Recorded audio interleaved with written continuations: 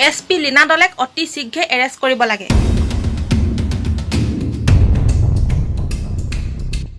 এইটো এটা হত্যাকাণ্ড, জোনমণি কোনো এক্সিডেণ্ট নহয় আৰু এই হত্যাকাণ্ডত জড়িত আবাৰ জ্যোতি ৰাভা নে কি সেই দুজনক এৰেষ্ট কৰিব লাগে।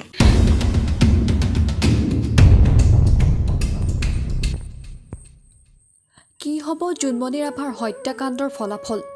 সাৰি যাব নেকি খাকী পোছাকধাৰী আৰক্ষী? খাকী পোছাকৰ দাগ মুচিব কোনে? ৰক্ষকে ভক্ষক হোৱাৰ পিছতো নিমাত ব্যাগুম গৃহ বিভাগ।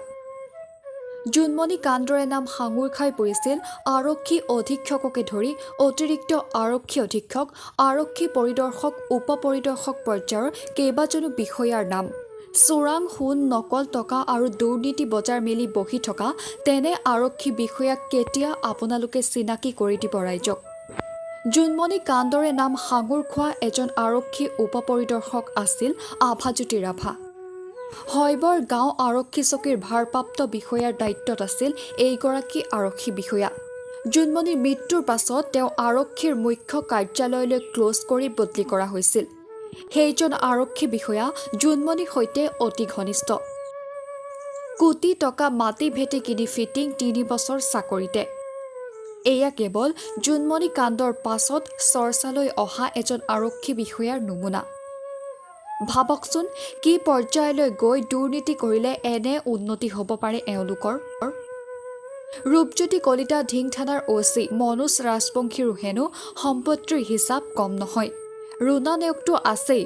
সঞ্জীৱ বৰা লখিমপুৰ থানাৰ সত্য অৱসাৰিত OC-জনো যেতিয়া সন্দেহৰ আওতালৈ আহে, তেওঁলোকৰো সম্পত্তিৰ হিচাপবোৰ স্পষ্ট হ'বনে তদন্তত? এইখন চৰকাৰে কেৱল মুখতেই হুংকাৰ দি ২-৩ হাজাৰ লোৱা বিষয়া কৰ্মচাৰীক ২ হাত দাঙি ধৰি দুৰ্নীতি প্ৰতিৰোধ কৰিছো বুলি ভবাটো যে ভুল, সেইবোৰৰ প্ৰমাণেই জানো এইবোৰ নহয়। এইখন অসমত কাৰোবাৰ নাম শুনিলে যদি অপৰাধী কঁপি উঠে, সেই একে পৰ্যায়তে থাকি একাংশই আকৌ অপৰাধীৰ লগত মিতিৰালি কৰে। নগাঁও জিলাৰ পৰা বদলি কৰা আৰক্ষী অধীক্ষক লীনা দলেৰ প্ৰতিও চৰকাৰৰ গৃহ বিভাগৰ মৰমবোৰ দেখি পুতৌ জন্মিছে। জোনমণি হত্যাৰ অভিযোগত অভিযুক্ত লীনা দলেক এখন জিলাৰ পৰা নি আন এখন জিলাত সংস্থাপিত কৰিলে। তাতেই ৰাইজে বুজি পাইছে সকলোৰে প্ৰতি চৰকাৰ ফৰ্মখনৰ সমদৃষ্টি ক'ৰবাত অভাৱ আছে।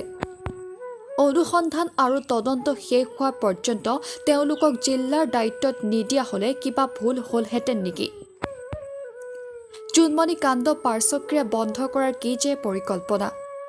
কি হৈছিল জোনমণি সেই সত্য পোহৰলৈ আহক বা নাহক।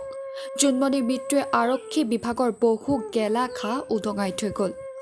অসম আৰক্ষীত বহু সৎ দায়িত্বশীল বিষয়া কনিষ্টবল আছে। তেওঁলোকে কাৰো কৃপা নিবিচাৰে। মুখ্যমন্ত্ৰী মহোদয়, আমি যদিও ভাবিছিলোঁ সলনি হৈছে ৰাজ্য, কিন্তু বাস্তৱত যে সকলোবোৰ চোন একেই আছে। মাথো আমি শুনি আছোঁ আপোনাৰ আশ্বাস ভৰা কণ্ঠ। কাৰ্যত হোৱা নাই আপুনি কোৱাৰ দৰে, আপুনি ভবাৰ দৰে অসম ৰামৰাজ্য।